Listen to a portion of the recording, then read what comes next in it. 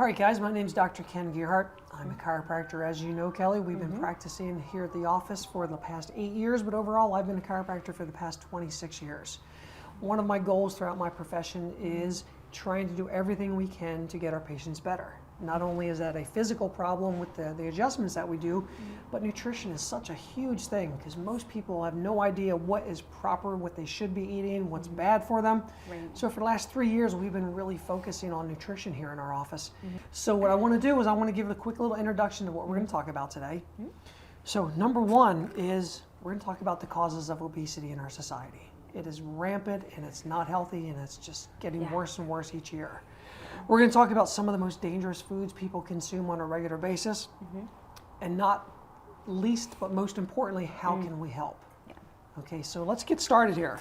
So Kelly, what do you think are some of the most dangerous foods that people eat on a regular basis?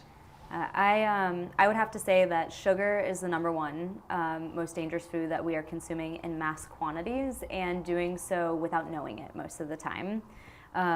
Dairy is a big one as well. And food preservatives are in almost everything we consume, and they are wreaking havoc on our health, and then it's adding inches to our waistline. Wow.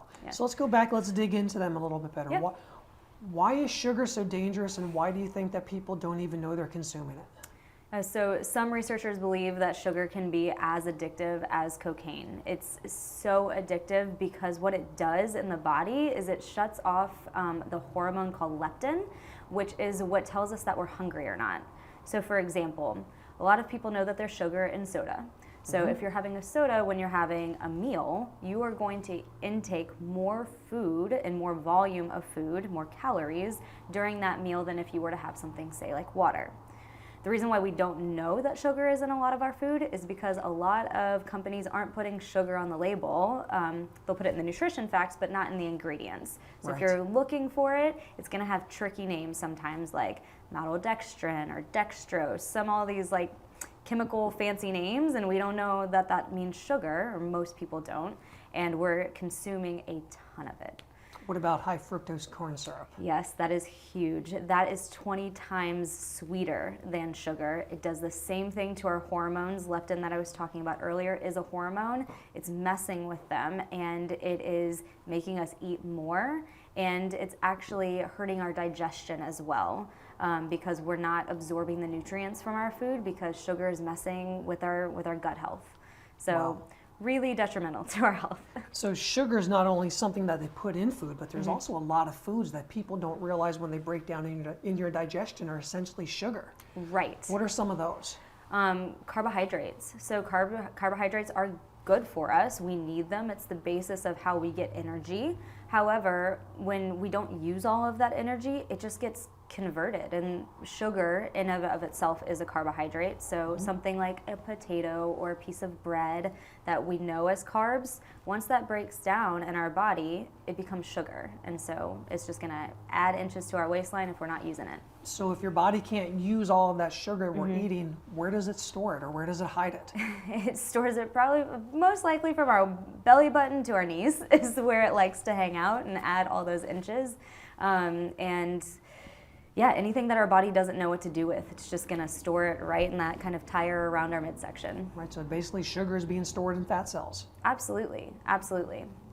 That is crazy. So as far as food preservatives, what kind of food preservatives do you think are the most dangerous, if not all of them? All of them. They're really, I can't name one that is worse than the other, because what they are doing is just what the name says, right? They're not sneaking anything by us. They're preserving our food, making it last longer, which is good for a consumer in a way. Like at face value, this was designed for a good reason. It was trying to create more foods that were shelf stable during a time when we needed that to happen in America. However, when you are making foods last longer, you're protecting the outside of the food, and if it's making it last longer on the shelf, then we consume it. Our bodies can't break through that barrier that is preserving it on the shelf to not decompose.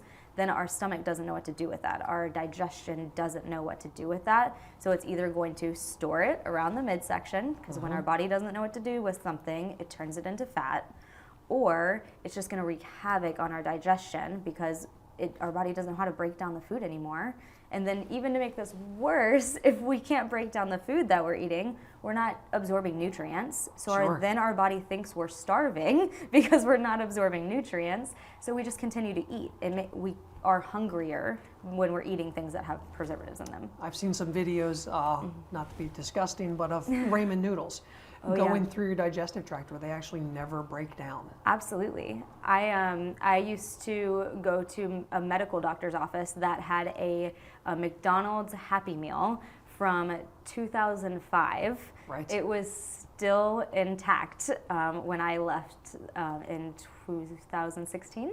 And that just shows you if it's able to sit on the shelf that long, our body's not going to be able to break it down either. Exactly. Yeah.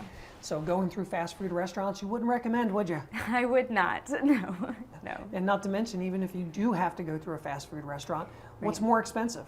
The garbage or something that's mildly healthy? Right. Yes. I always suggest to people, I used to travel a lot for work, so I understand the need for convenience, the need for fast food, but fast food doesn't have to be a fast food restaurant. You can Exactly. easily go to a grocery store and pick something. We have a lot of prepackaged foods that are in the produce section, so things that are perishable, but you can eat just as easily, just as conveniently. You can grab an apple. Exactly. Yeah, and eat that when you're driving. Not that I I always tell recommend people it's not hard to put a little cooler with an ice Right. pack in there and put some healthy food as opposed to going through McDonald's or Taco Bell. Absolutely, yeah. Now, our next buzzword is dairy. What about dairy? Yes, dairy. So I don't like to make huge blanket statements because not all dairy is bad. We can have dairy and tolerate it in small quantities. We're just overeating it and over-consuming it in America. And most of the dairy that we are consuming, it has preservatives in it. So if they are things like Kraft singles, very processed foods, things that can be the Velveeta that you can find not in the refrigerated section, Sure. those, one, aren't cheeses, but two, have a ton of preservatives in them. But even when you are eating something that is a pure, healthy, healthful dairy in the refrigerated section, we're overeating because dairy has this component in it called casomorphin. So casomorphin sounds like a big fancy word, but the end of that morphin is it's essentially morphine. It works on that same receptor that morphine does. Wow. So it's very addictive for humans. So we do overconsume it. And when we overconsume it, it can cause digestive problems. So slow digestion, gas, bloating, constipation. In addition, it's very mucosal. So even milk in and of itself, before it's turned into cheese or cream or yogurt, it has a lot of mucus in it, and it stimulates that production in our body. So if you have a cold or you're prone to allergies, dairy is just going to exacerbate those issues for you and make it so much worse, so much harder on your sinuses to clear. Sure. So I've always read that the human body loses the enzymes to break down milk protein after the age of 3. Yes. I have heard that they are seeing some people have it later and later, but definitely by the time you're 18, you don't have it. Right. You can't break it down. So what would be an alternative to milk? I like to suggest plant milks. So I don't tell everyone that they should go completely plant-based, but the more plants you can incorporate into your diet, the better. And you can do this really inexpensive. So there are almond milks, coconut milks, oat milks. You can make oat milk yourself. Just put oats and water in a blender, and then you got oat milk. Right. So there's a lot of inexpensive ways that you can have alternatives to dairy milk. Awesome. So when we're talking about dairy, everybody thinks yogurt's like the greatest thing in the world. What are your thoughts on yogurt? Yeah, yogurt, it's tricky. It's sneaky because the advertising says that it's all healthy and it's all marketing. Everybody tells me, well, I eat healthy, I have yogurt every day. Right, yes. And while it's not the worst thing that someone could ever have, it's definitely not a good thing. Yogurt, if it's not a Greek yogurt, that is a plain Greek yogurt, you just know it's chock full of sugar. Because Right. to make it taste appetizing for people to consume it, it is full of sugar. And as we've already talked about, sugar just wreaks havoc on our health. So people are consuming up to 5 teaspoons of sugar in like one little container. And just Scary. as an example, women should only have about 6 teaspoons of sugar a day. So one yogurt is almost a woman's full daily value of sugar. So not only from that perspective is it not good for us, that it's just full of sugar, but it's also the claims for the probiotic benefit, that the gut health benefit, are just not true. Anything that is pasteurized is killing all of that good bacteria. Yeah. So unless you're making your own yogurt at home or eating unpasteurized yogurt, it's not really that good for your gut. In actuality, most people don't have the enzyme to break down dairy after the age of 18. So in all actuality, it could be worse for your digestion than better. So if one yogurt is almost your entire daily allotment of sugar for a day, so if you compound that with your 6 or 7 diet sodas, are you Oh my gosh. having some problems? Yes, you are. You're having major problems. Yes. That's why we see so many blood sugar imbalances. And then once your blood sugars are imbalanced, then your insulin's going to kick in. It's going to lead to diabetes. Oh yeah. Yeah. I can speak from my own personal knowledge that when I grew up, my mom thought water was named Pepsi. And I grew up with severe hypoglycemia. Yeah. And it wasn't until I became an adult and a chiropractor and learning more about nutrition that when Right. I eat properly, my blood sugar's gone. Yeah. But if I have, we're out on the weekends and we're doing some things and my diet isn't as good, I come back to the office on Monday morning and I notice some blood sugar drops. Right. And as soon as I get back on track, eating what I'm supposed to, Yeah. I get better again. Yeah. So one of the foods that we didn't discuss is wheat. And the wheat protein is called gluten. And so many people have an issue with dealing with wheat and with gluten. The main reason is wheat or gluten is a sticky protein that causes severe dysfunction to your gut. Besides the dysfunction, one of the symptoms that you feel or many people experience when they're eating wheat is fatigue, bloating, and can even get into constipation and diarrhea.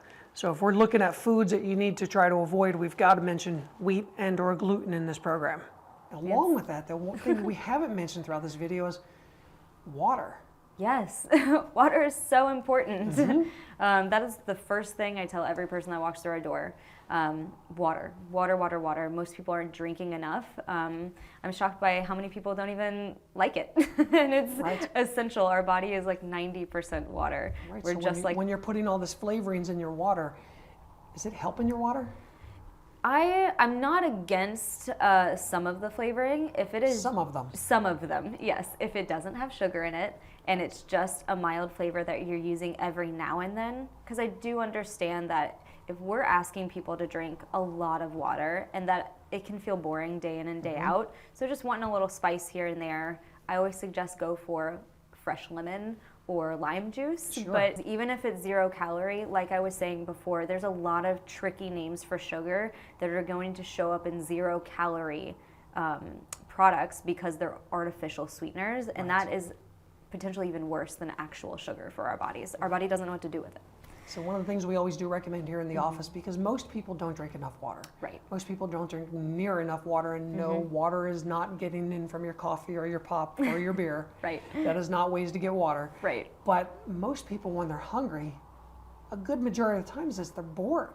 Bored or thirsty. Okay? So when boredom hits, first thing you do is you start eating. Right. So we always tell people, when you start to feel that hunger pang, drink some water. Absolutely. Yeah. I mean, it's not going to hurt you. It's not, and especially if you're not hydrated already, you should have in ounces, you should have a minimum half of your body weight in ounces. So if you're 100 pounds, you should have a minimum of 50 ounces of water a day.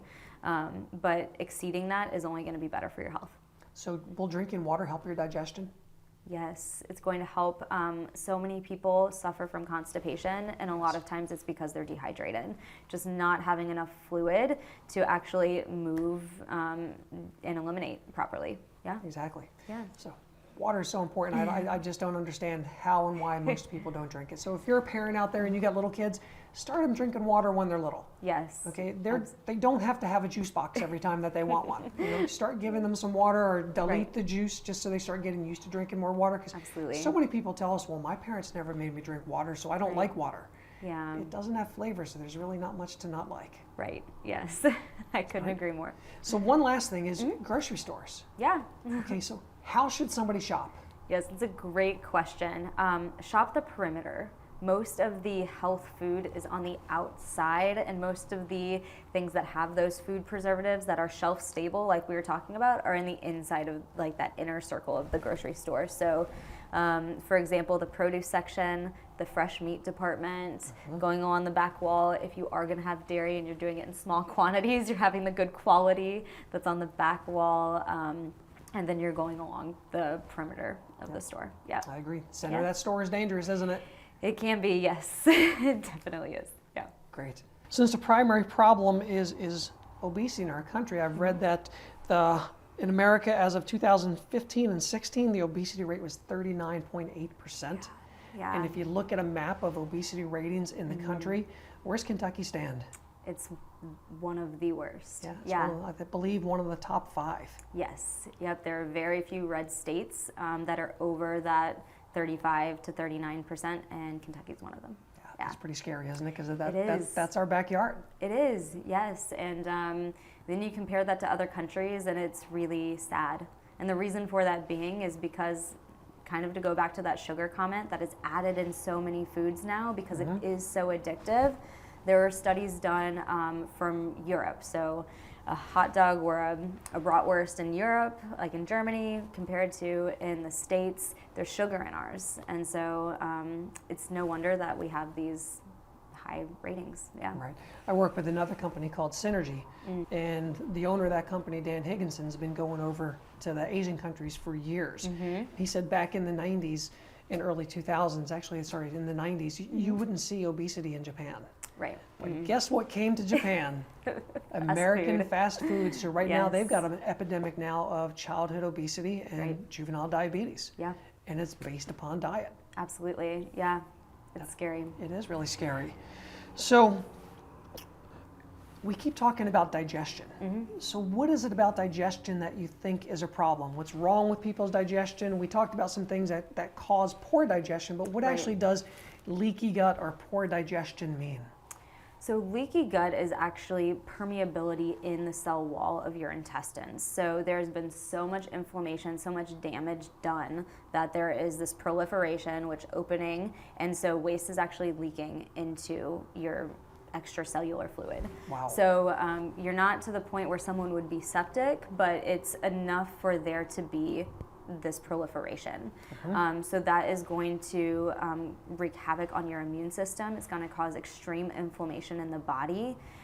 In ways that you can tell if you have issues with your digestion, because a lot of people think that their digestion is fine or okay, and don't realize that it's not just trips to the bathroom or maybe not being able to go to the bathroom that are poor digestive symptoms. It's things like acne, brain fog, low libido, low energy just in general. And there's so many, and even cravings. Cravings are a huge one. People don't realize that starts in your digestion. So one of the things that we see a lot in today's world is skin issues.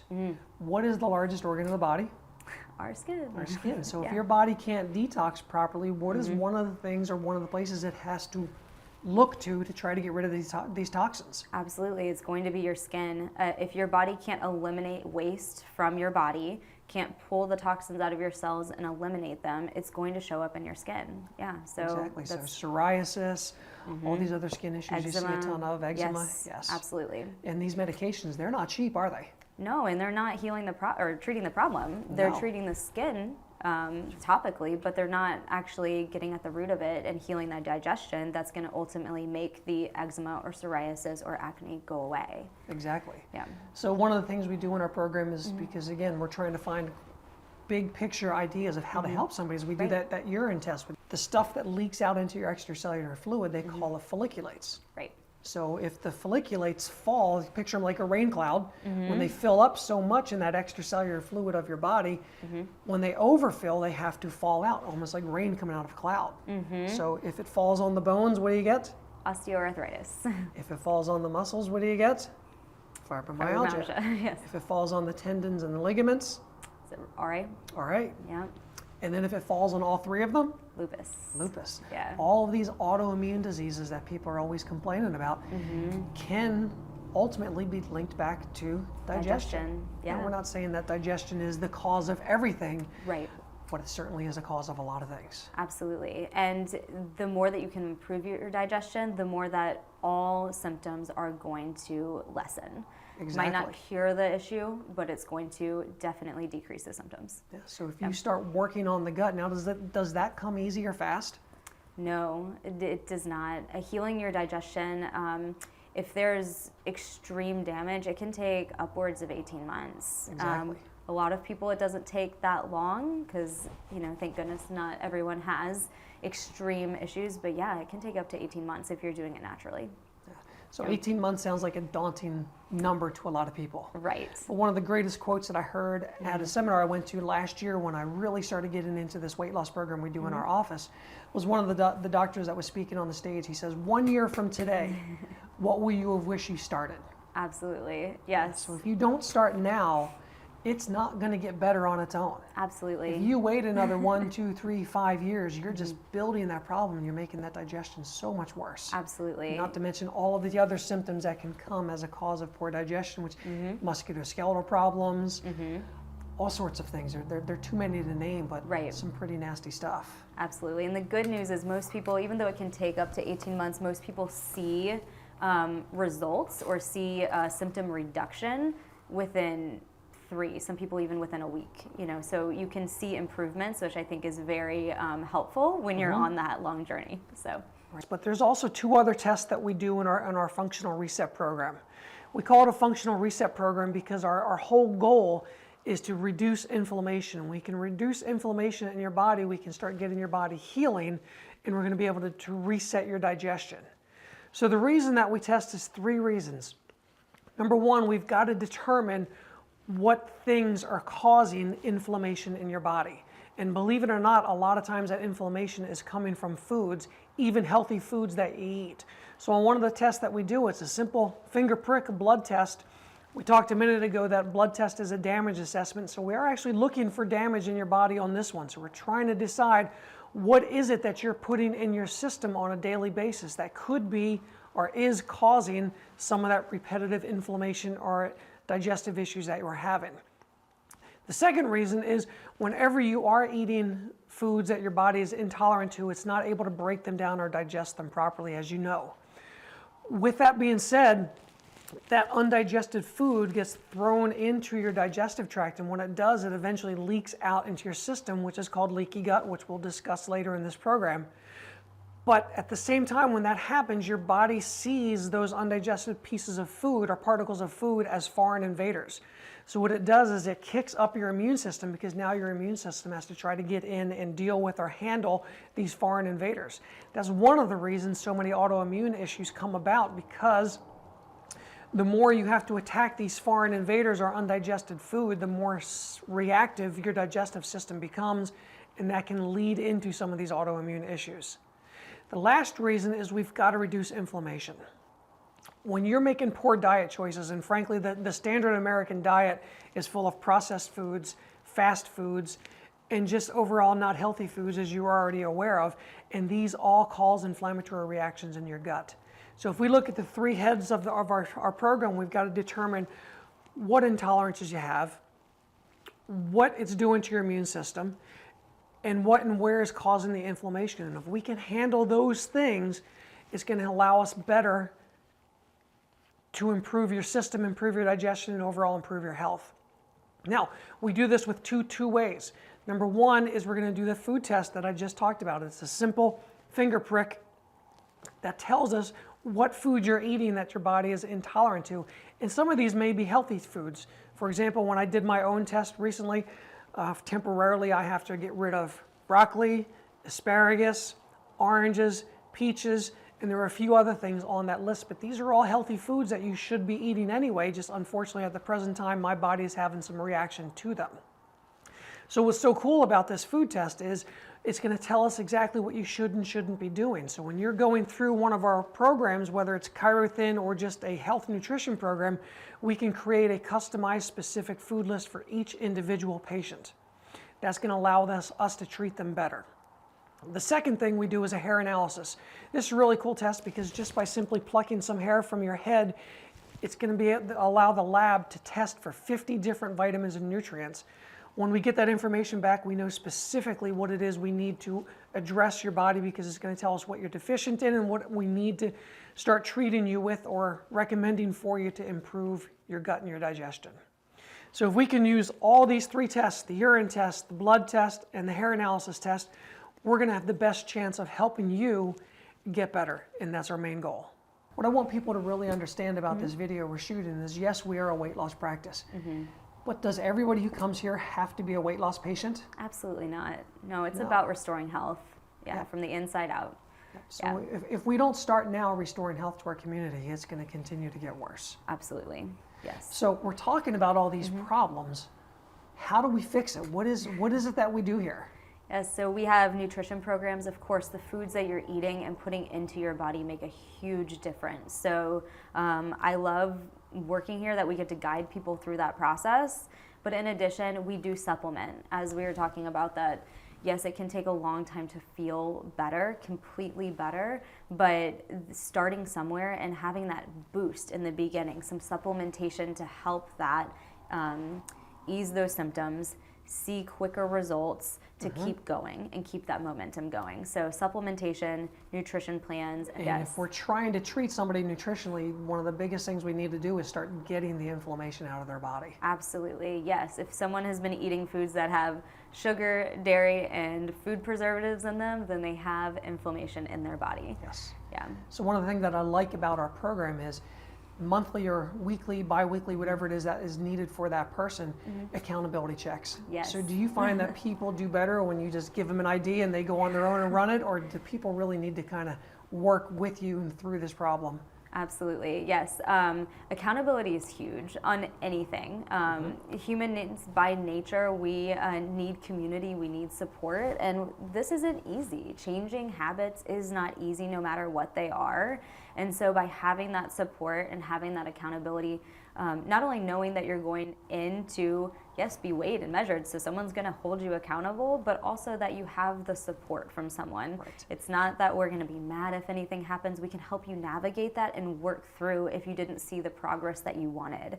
Right. So that's what I love, is that it's not a scary thing. It's a helpful thing. Right. And again, I want to stress that it's not just for weight loss people. So Right. there's as many thin people that are unhealthy as there are overweight people that are unhealthy. Yes. So even our patients that aren't doing their programs for weight loss, they still need that accountability. Absolutely. Because it is so easy for people in our world of stress to fall back to those stressful eating habits and patterns. And if they're Absolutely. not coming in and getting some accountability, whether it's monthly, bi-weekly, whatever it is that you decide that that patient needs, or we decide that a patient needs, it works a lot better when we do that. Absolutely, yes. So what are some of the products that we talk about that we use? Yes, so to tie it back into digestion, so it can be hard to stay away from some of those foods that we named, dairy, food preservatives, and sugar, as much as we try. Just as the example that I gave, even in the meat that we consume sometimes has some added sugar and we don't know it. So the first product that I always suggest is a digestive enzyme. This, of course, is going to help you digest healthy foods, but even if you do occasionally eat those unhealthy foods, this is going to help your body assimilate it, help you break it down, Right. so that you can absorb the nutrients from it. Because just as I was talking about, those food preservatives coat that food and make it almost impossible for us to get any nutrients out of them, this is going to help pull those out so that you not only feel fuller, your body feels more satisfied, your body becomes healthier because you're actually nourishing it, Yes. but then your digestion improves as well. Yeah, so if you're trying to put good food into you, you might as well at least have the ability to break it down. Absolutely, because a lot of people that we do see, if they have such poor digestion, that even if they're eating healthy foods, their body sometimes got so used to the bad stuff that once you put the good stuff in, it doesn't know what to do with it. Exactly. So this really helps ease that process. And I mean, I still take these every day. It's great stuff. I take them every day myself too. Yes. The next product, tying back into gut health, is our probiotic. I think everyone needs a probiotic because just all those foods that I mentioned and many more, our gut bacteria is off. Yes. If you are addicted to sugar, which is hard not to be, that feeds something in our body called candida, which is a yeast that can overgrow. And when that happens, it wants it to feed itself. So you're actually going to crave more sugar if you have an overgrowth of candida. And what probiotics do is it helps to restore that balance of good gut bacteria so that you don't have an overgrowth of a fungus or a yeast in your body, but that you're just restoring that total balance. I always suggest to someone, if they're taking a probiotic, it needs to have at least 10 billion units. Ours exceeds that, and you need to have a few unique strands. Ours has 7, both lactobacillus and bifidobacterium, which is what I always suggest. So we have top of the line probiotic. Okay, great. In addition, AGGR. So this is it is an appetite suppressant at its core, but what it's doing is it's boosting your metabolism, because if you have poor digestion, your hormones are messed with. Those hormones I was talking about before, like leptin, those correlate to our metabolism. If we have sluggish metabolism, sluggish digestion, we need a little boost. And what I love about ours is that it's all natural. The main component of this is green tea, which at any Japanese restaurant, they always give you green tea afterwards because it helps your digestion, it aids in digestion. So this is not only going to boost your digestion, but rev your metabolism so that you can get to burning the fat that you already have stored. What I love telling people, I think a lot of times we kind of get down on ourselves when we have gained some weight, but all that fat is in our body is stored energy, and for some reason our body thought we need to just store it. And so if we help our body burn the existing energy without having to run 10 miles, that would be great, right? And this is a supplement that can help that As Dr. Sean says, run from the bear. Yes, exactly. Yes. And then one of my favorite supplements, PF70. This is fulvic acid, not folic like when a woman's pregnant, but fulvic. And it's a mineral that is found deep in the earth, and it has a ton of vitamins and minerals in it. But it also will restore the electrolytes in our body. And while all that sounds all fine and dandy, what is it actually going to do for us? It helps to pull those toxins out of our cells, and our fat cells are our body's favorite place to store toxins, heavy metals, things it doesn't know what to do with. And so it'll help pull those out and eliminate them from the body, because as we were saying earlier, if your metabolism's slow, it's not eliminating properly. So this is going to help flush that out. So what I love about the PF70 is as it charges that cell membrane, not only does it pull the stuff out, it's also allowing the good stuff back in. Yes, it's not a one-way in or out. I love that. So the one real important thing that we didn't recommend or discuss when we were talking about our ways that we can help people is the actual driver of our program. Now, as we discussed earlier, not everybody is going to do a weight loss plan, but that doesn't mean that everybody isn't going to do some things to improve their health. If you happen to be a person that weight is an issue for you, besides the AGGR, the fulvic acid, the CN digestion, and the probiotics, the main driver of our program is the ChiroThin drops. This is from a company called Chiro Nutraceuticals, and literally is one of the best supplement companies I've come across in all of my years of practice. What I like about this is it is an all-natural product, but what it does is it drives your body to start burning fat for fuel. We're going to do some specific things within your diet as far as the foods that you're allowed to eat and not eat, even back that up with some of the testing that we're going to do with the hair analysis, the food analysis, and the urine test. But specifically, the ChiroThin drops is what is going to help us drive that weight loss program. So if this is a right product for you, we can't wait to see you get started with this as well. So we've got a great set of supplements that can help restore nutrition, health, improve your digestion. Yes. What I love about the companies we use is everything is sourced and grown in America. Yes.